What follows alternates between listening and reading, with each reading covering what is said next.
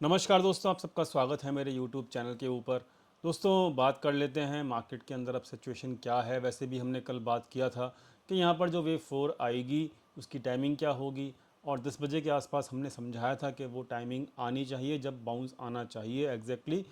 लेकिन दोस्तों, मार्केट जो है वो आप चेक करेंगे 15 मिनट के चार्ट के ऊपर, तब आपको समझ में आएगा। तो जो हमारी बातें दोस्तों हुई थी कल, हमारी ये बातें हुई थी कि 27 ये था टाइमिंग 9:45 का, है ना। तो हमारी जो बातें हुई थी वो ये हुई थी कि भाई ये जो टाइमिंग है इससे पहले या इसके आसपास जो है आपका वेव 4 कंप्लीट हो जानी चाहिए और मार्केट ऊपर जाना चाहिए। और हमने आपको सिंपल लेवल भी दिए थे वेव 4 के, देख लेते हैं वो लेवल्स क्या थे। वो लेवल थे पहला ये एंड सेकंड ये, तो कम से कम ये तो आना ही था। ये मैंने आपको समझाया था वेव 4 में कम से कम 23 तो आना ही है, और मैंने यहाँ मार्क भी कर रखा है वेव 4। और इसके चांसेस थोड़े कम थे, क्यों? क्योंकि इसका जो टाइमिंग था वो कम था इसके मुकाबले, इसलिए जो इसके चांसेस थे वो कम थे। तो ये सब बातें हमने कल की थी।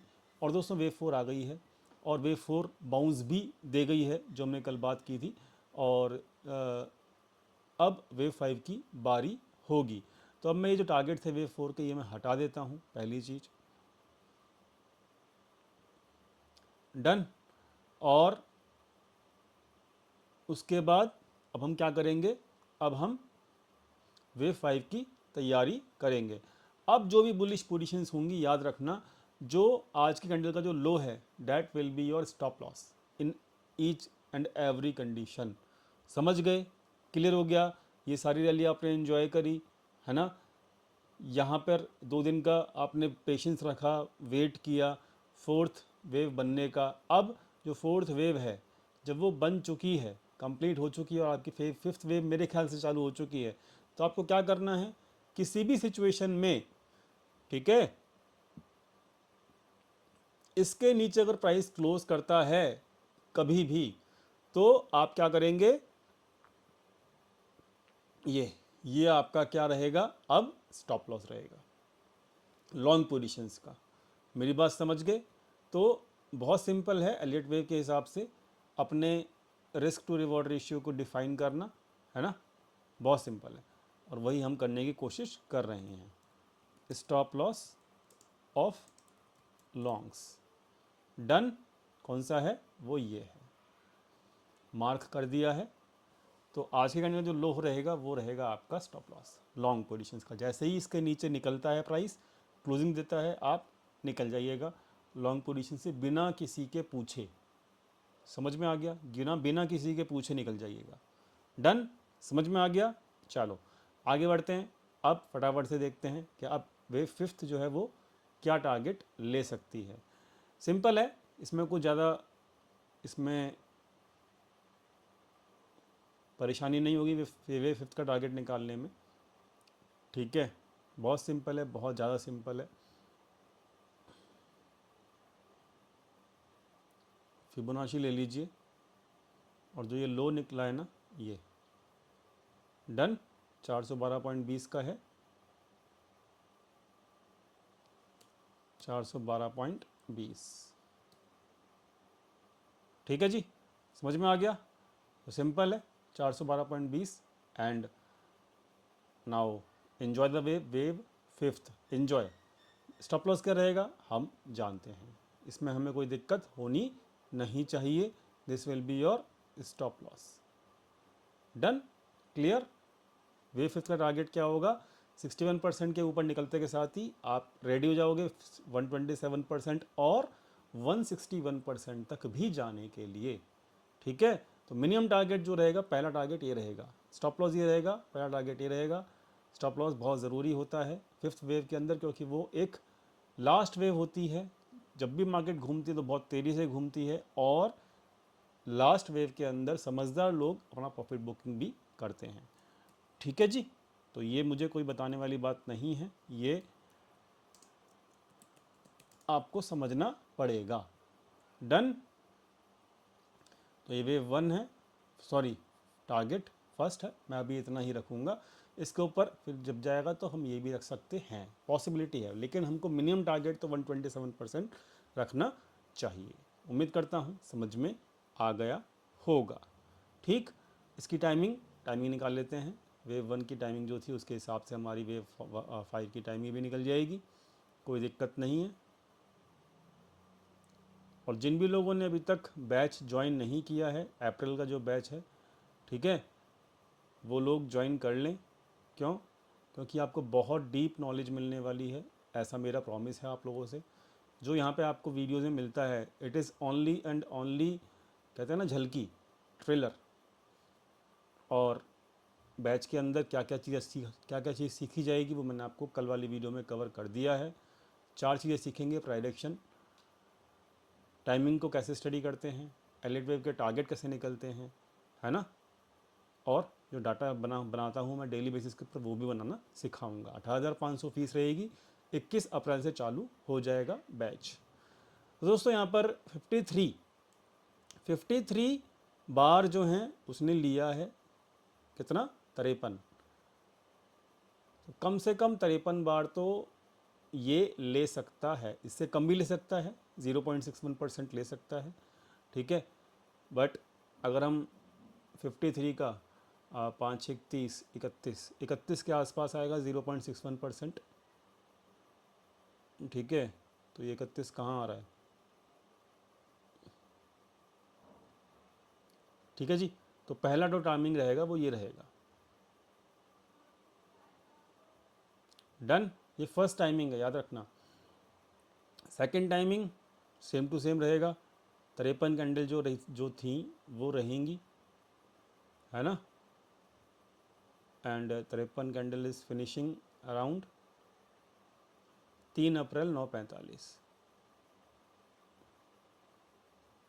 तो भाई ये 2 टाइमिंग निकल के आए हैं, ठीक है। ये 2 टाइमिंग तक आपका ये टारगेट आ जाना चाहिए, डन। इस पे आ जाएगा और ये टारगेट आ जाएगा तो आई विल, मतलब कहते हैं ना कि ये एक समझ में आ जाएगी बात अपने को, क्या रहे समझ में आ रहेगी कि भाई ये टारगेट अपना हो चुका है, डन। तो याद रखना, टाइमिंग्स और टारगेट मैंने आपको दोनों दे दिए हैं निफ्टी के, ठीक है जी। आगे बढ़ें। आप लोगों ने हमारा टेलीग्राम चैनल ज्वाइन कर लिया है, आई होप, ऐसा मैं समझता हूँ। और डाटा देख लेते हैं निफ्टी का, मतलब मार्केट का, सॉरी। आज की डेट में मैं आपको एक चेंज बताना चाहूँगा, क्योंकि आज एक्सपायरी थी, मंथली एक्सपायरी थी। तो आज कोई भी पोजीशन इस वक्त फ्यूचर्स की नहीं है बड़े प्लेयर के पास, ठीक है जी। ईयर एंड की एक्सपायरी भी थी, इसी वजह से कोई भी पोजीशन इस वक्त नहीं है। दोनों पोजीशन उन्होंने प्रॉफिट में काटी हैं, लॉन्ग की भी और शॉर्ट की भी। समझ में आ गया। आज की डेट में कोई पोजीशन नहीं है एफ की। तो अगर कोई बंदा एफ की पोजीशन ट्रैक करना चाहे तो कल नई एक्सपायरी अब चालू होगी, वो नए ईयर में काउंट होगी, तो वो ट्रैक करना स्टार्ट कर सकता है, ठीक है जी। आज की डेट में कोई भी एफ की पोजीशंस नहीं है। दूसरी चीज़, रिटेल, वही वाली बात, प्राइस ऊपर जाता है तो ये लोग बियरिश हो जाते हैं, और सिंपल है, तो डाटा जो है बुलिश कहलाएगा, डन। बट ये ईयर एंड डाटा है जो कि क्लोज हो चुका है। अब नया डाटा जो है वो कल बनेगा, ठीक है, कल बनेगा न्यू ईयर डाटा, ठीक है। एक चीज़ मुझे यहाँ पर देखनी होगी कि कल MSCI रीबैलेंसिंग है क्या,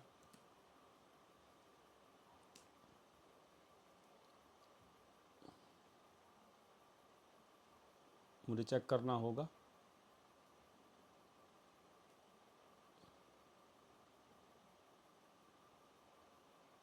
तो मैं आपके सामने ही कर लेता हूँ। इंडिया का इसमें, अच्छा इंडिया डालना पड़ेगा उसमें मुझे। MSCI रीबैलेंसिंग डेट इंडिया 2025,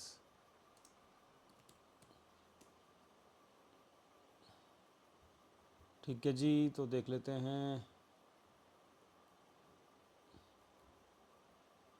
ये रहा इंडिया, डन। इस पर क्लिक करिए, ओपन होगा, अभी चेक हो जाएगा कल MSCI रीबैलेंसिंग है या नहीं है। एक्सेप्ट कर लीजिए, कोई दिक्कत नहीं है।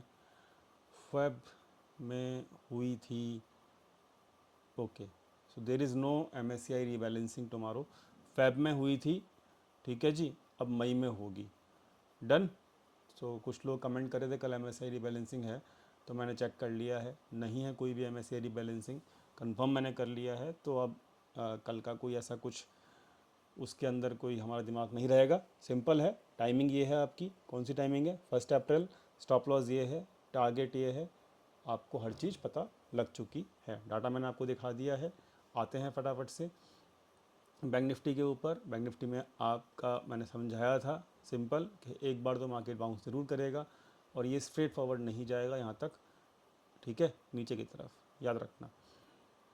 और ये इस फॉल का 127% भी जा सकता है। डन। ये भी मैंने आपको समझाया था, ठीक है। तो उम्मीद करता हूँ समझ में आ गया होगा और क्लियर भी हो गया होगा आपको मेरी बातें। डन। चलो अब इसका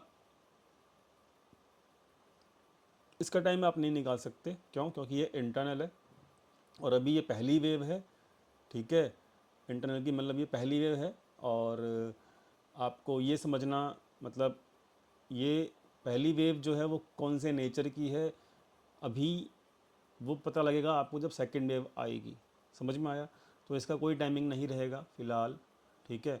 इसका जो 1 डे पर टाइमिंग निकाला था हम लोगों ने वही फाइनल रहेगा, यानी कि कोई भी जो गिरावट आएगी, अब कोई भी जो गिरावट आएगी, मतलब एक बाउंस के बाद जो भी गिरावट आएगी वो आपकी 9 अप्रैल तक कंप्लीट हो जानी चाहिए, ठीक है जी। तो सिंपल है, अभी कोई भी इसमें